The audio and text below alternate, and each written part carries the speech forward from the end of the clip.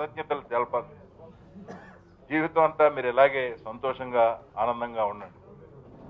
ఈరోజు ఒకే చోట కలిసి ఉండాలి, కొట్లాడుకోవద్దు మీరు ఎవరు. ఈరోజు ఎందుకంటే గ్రీన్ కార్డు ఆగస్టు 4న విడుదల. ఆ విషయం చెప్పడానికి మీ ముందుకు మేము వచ్చాం. నేను, ఈ సినిమా డైరెక్టర్ రంస్ గారు, డిస్ట్రిబ్యూటర్ బాబు గారు అందరం కలిసి వచ్చాం. ముందుగా ఈ గ్రీన్ కార్డు గురించి కొంచెం చెప్పాలి మీకు. గ్రీన్ కార్డు కోసం అందరూ తాపత్రయపడతా ఉంటారు, బట్ అందరికీ రాదు. ఇండియాలో పుట్టిన ప్రతి పిల్లవాడి దగ్గర నుంచి వాడి తల్లిదండ్రులు వీడిని అమెరికా పంపాలి, గ్రీన్ కార్డు రావాలి, గ్రీన్ కార్డు కోసమే తిప్పలు పడుతున్నాం అని చెప్పి ఆశలతో ఉంటారు.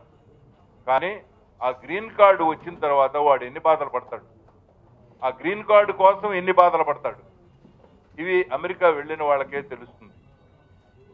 అమెరికా అంటేనే పెద్ద బురద గుంట. దానిలో దిగామంటే ఆ బురద కడుక్కోవడానికి కూడా వీలు కాదు, దాంతో బాధపడాల్సిందే. అక్కడ ఎన్ని బాధలు ఉంటాయో అవన్నీ కూడా ఈ సినిమాలో రంస్ గారు చక్కగా చెప్పారు.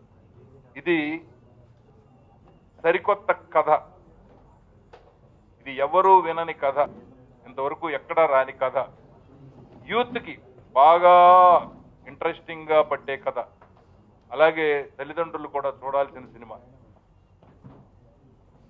నేటి విద్యార్థులు మన ఆంధ్రాలో, తెలంగాణలో కానీ ప్రతి ఆల్టర్నేట్ ఇంట్లో నుంచి ఒకళ్ళు అమెరికాలో ఉన్నారు. అక్కడ సంపాదించి ఆ డబ్బులు ఇండియాకి పంపిస్తున్నారు. ఇక్కడ తల్లిదండ్రులు ఎంజాయ్ చేస్తున్నారు. అక్కడ ఎంత కష్టపడితే కానీ ఆ డబ్బులు వస్తాయో అవన్నీ కూడా ఈ గ్రీన్ కార్డులో రేపు 4వ తారీఖున మీరు చూస్తారు. ఇంట్లో కూర్చుని హాయిగా కాలు మీద కాలేసుకుని జర్నలిస్టులాగా 3 పెళ్లిళ్ళు చేసినట్టుగా అమెరికా మొత్తాన్ని చూడొచ్చు. అమెరికా వెళ్లాల్సిన పని లేదు. అమెరికా మొత్తాన్ని మీకు కళ్ళ ముందు కట్టినట్టు చూపించారు. దానిలో టీజర్సే ఈరోజు మీకు చూపిద్దాం, సరదాగా ఎంజాయ్ చేస్తారని మీ అందరినీ పిలిచింది.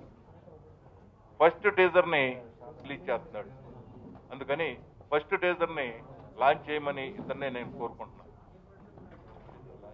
కష్టాలు పడుతున్నాడు, ఇక్కడ టీవీల్లో చూసి ఎవరో కాల్ చేస్తే ఎంత బాధపడతాడో వచ్చేరా బాబు అని చెప్పడం, తల్లి తండ్రి ఎంత బాధపడతారని కళ్ళమ్మట నీళ్లు వచ్చే సీన్స్ కూడా ఉన్నాయి ఇందులో. అందరూ వెయిట్ చేస్తున్నారు, అమెరికా ఎప్పుడు చూద్దాం. అమెరికాలో ఉండే అందాలు చూడొచ్చు, వాళ్ళతో పడే కష్టాలు చూడొచ్చు. అమ్మాయిలు అందంగా ఉండాలంటే ఎంత కష్టాలు పడతారో చూడొచ్చు. మీరు చూశారు సార్, ఏంటంటే 80% అక్కడే చేసినందుకు ఎవరు లేరు, ఒక పెద్ద దిక్కు తప్పితే.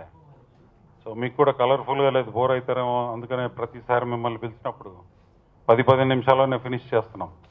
అదే మా మైనస్ పాయింట్.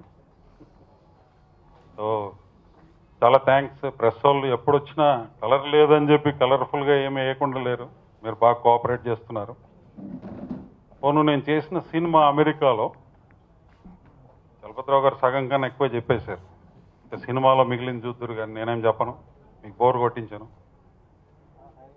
అయితే బేసికల్గా అండి చాలామంది క్వశ్చన్ చేస్తుంటారు, ఏమైనా నువ్వు అమెరికాలో ఎందుకు సినిమా చేసావని. దానికి ఒక ముక్క ఇప్పుడు చెప్దాం అనుకుంటున్నా. చాలామంది తీయలేరు అక్కడికి వచ్చి, మీరు అక్కడ మేము తీయలేము. ఆ బేసిక్ ప్రాబ్లమ్స్ చాలా తక్కువ మందికి తెలుసు. అంటే లక్కీగా సిటిజన్షిప్ వచ్చాక నాకు అక్కడ బాగా హోల్డ్ వచ్చింది.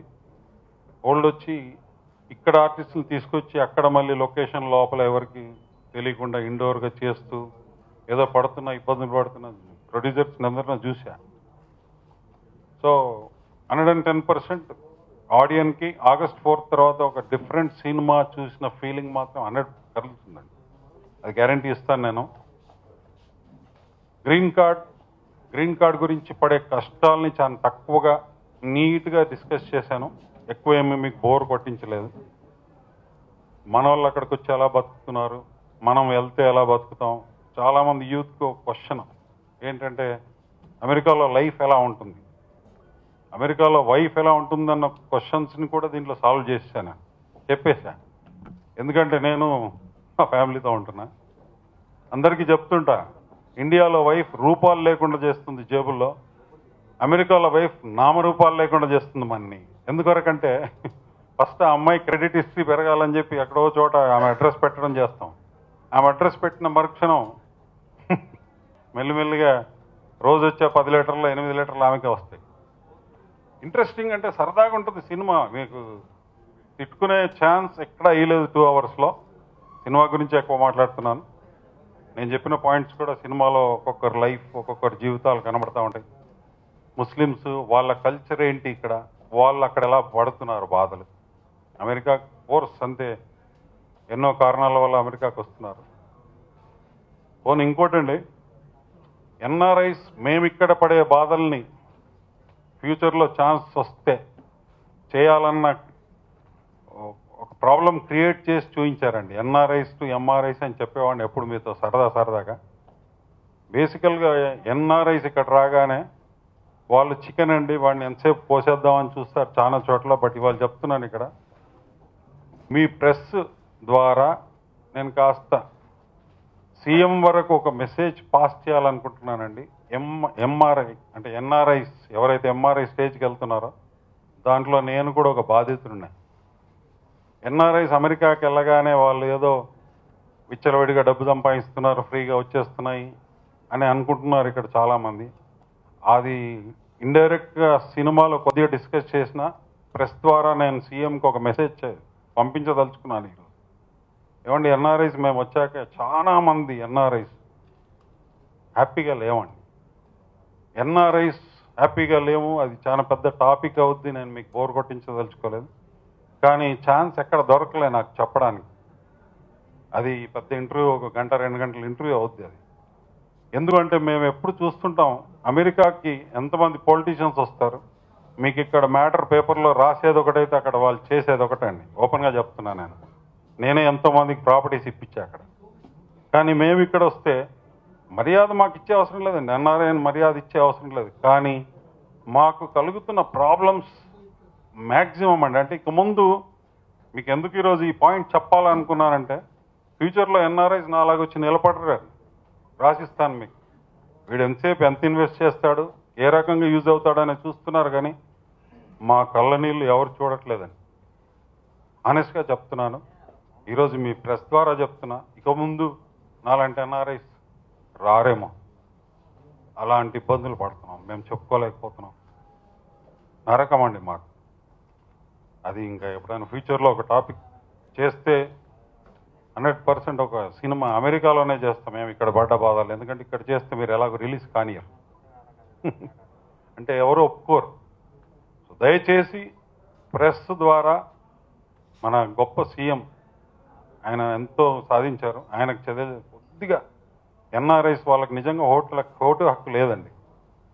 వాళ్ళకి ఎన్నో ప్రాబ్లమ్స్ వచ్చినా వాడికి చేస్తే మనకేమొస్తుంది, ఎంతసేపు ఏ రకమైన ఇన్వెస్ట్మెంట్ వస్తుంది, తీసేసుకొని జరిగిపోదాం అనుకుంటున్న వాళ్ళకి చిన్నగా మీ రిక్వెస్ట్ చేస్తున్నానండి, ప్రెస్లో చూపించే ప్రయత్నం చేయండి దయచేసి.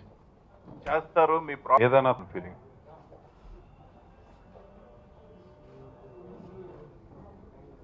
రక్షాబంధన్ లేదా రాఖీ పౌర్ణమి అని పిలిచే ఈ పండుగను కొన్ని ప్రాంతాలలో శ్రావణ పౌర్ణమి లేదా జంజాల పౌర్ణమి అని కూడా పిలుస్తారు. అన్న చెల్లెళ్ళు లేక అక్క తమ్ముళ్ళ మధ్య ప్రేమానురాగాలకు సూచకంగా ఈ పండుగను జరుపుకుంటారు.